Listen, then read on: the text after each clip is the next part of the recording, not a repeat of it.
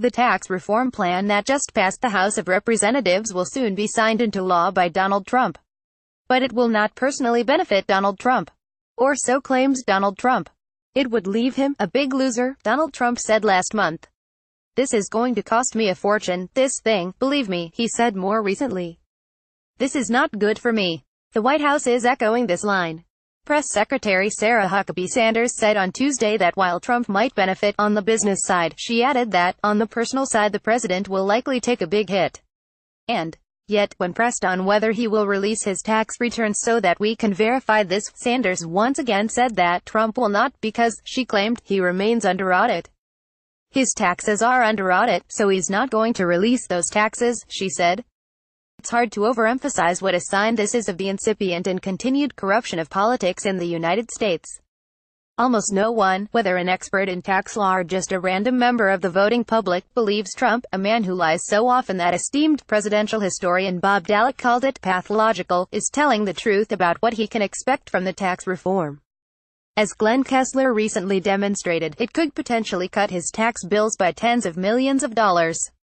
Americans know this, and would like him to release his returns to verify it. A CNN poll released Tuesday found that a majority, 63% of those surveyed, believe the bill would enrich the Trump family.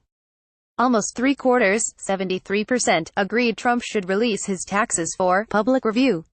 Until Trump came along, every president since Richard Nixon has released his taxes so that voters, and others, could review them. It has become a norm over the years. Beyond providing basic transparency, this has also showed that the system works, that our president, or the people who would be president, are not taking advantage of their position to enrich themselves at the expense of the public. But Trump broke with precedent during the campaign, repeatedly claiming that he was under audit. As noted above, Sanders reiterated this excuse yesterday. It's hooey. There is no rule banning anyone from releasing his tax returns while under audit. IRS rules require the president's and the vice president's tax returns to undergo mandatory examinations, which is a fancy word for audit. In other words, the chances that Trump, given the likely complexity of his tax returns, won't be under audit at any point while president, are not high. But the rot goes deeper than Trump. Republicans in Congress could probably get a gander at Trump's tax returns if they so wanted, and could at least try to force Trump to show more transparency on them for the good of the public. As CNN's Jean Sahadi reported earlier this year, the chairman of the House Ways and Means Committee, or the Senate Finance Committee, or the Joint Committee on Taxation can request to confidentially see the president, or for that matter, anyone's, tax returns.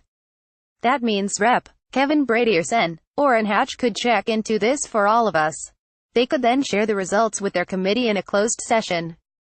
Or congressional Republicans could vote to release the returns to the House or Senate, which would basically be another way to make the returns public. I can't come up with any good faith reason they wouldn't want to do this, Susan Hennessy, a fellow at the Brookings Institution, and editor of the Lawfare blog, told me in an interview today after I reached out to her because she tweeted on the topic. If there is nothing there, it would really be a favor to the White House because they could speak with credibility on the issue and really validate White House talking points.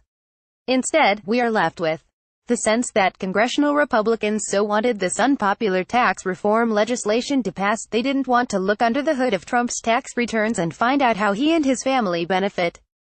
Based on everything we know about Trump's business interests and the tax bill, it almost certainly would have made the task of passing this bill politically much harder, if not impossible. If this occurred in almost any other country, we would almost certainly call it legalized corruption. Instead, it's just another day in Trump's United States.